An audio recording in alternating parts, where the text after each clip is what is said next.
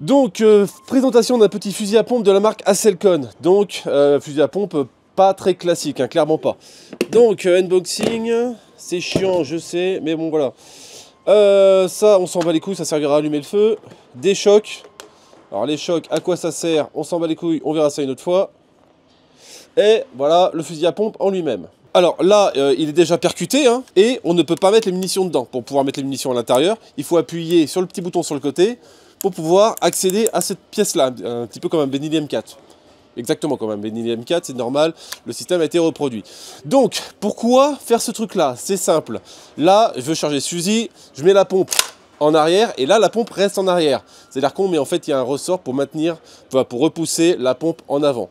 Bref, là, vous mettez votre cartouche à l'intérieur, vous appuyez sur le petit bouton qui est ici, et ça ramène la pompe en avant. Donc, vous voyez que c'est un mix entre un semi-automatique et un fusil à pompe.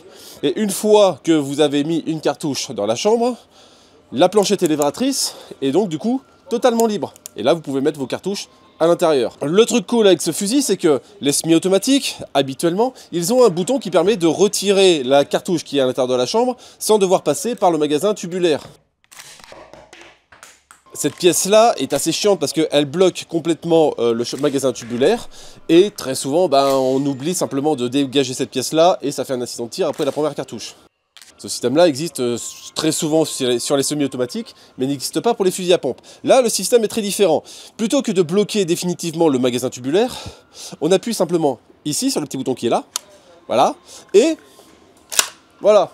On peut accéder à ce qu'il y a dans la chambre, donc éjecter la cartouche qui est dans la chambre et la changer, sans devoir passer par le magasin tubulaire. Et on n'a pas besoin de faire quoi que ce soit pour pouvoir à nouveau accéder au magasin tubulaire. On rappuie ici, on a changé de cartouche, et là on peut ensuite pomper normalement. C'est une pompe normale, mais avec la petite particularité, c'est qu'il y a un ressort qui la maintient en avant.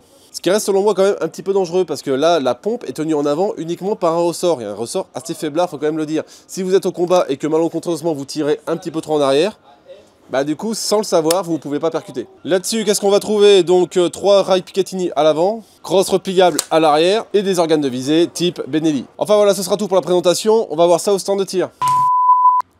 Donc, essai au stand, une cartouche dans la chambre, on ramène en avant.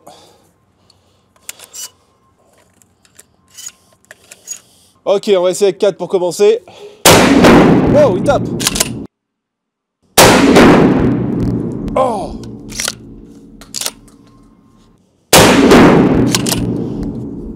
Oh.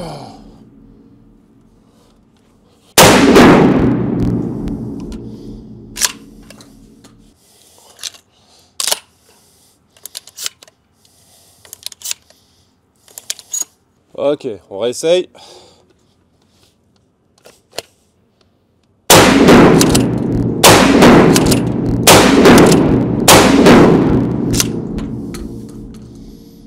Putain. Alors lui il tabasse. Donc petit test, une seule cartouche. J'ai mis malencontreusement ma pompe un petit peu en arrière. Genre, allez, 5 mm en arrière, pas grand chose. Voilà, et... incident de tir. Et comment on règle cet incident de tir? On rack, et donc du coup on perd une munition. C'est pas forcément une bonne chose qu'il n'y ait pas de déverrouilleur de pompe sur ce fusil-là. D'ailleurs, s'il y a une pièce de déverrouillage de la pompe sur les fusils à pompe, c'est justement pour éviter ça.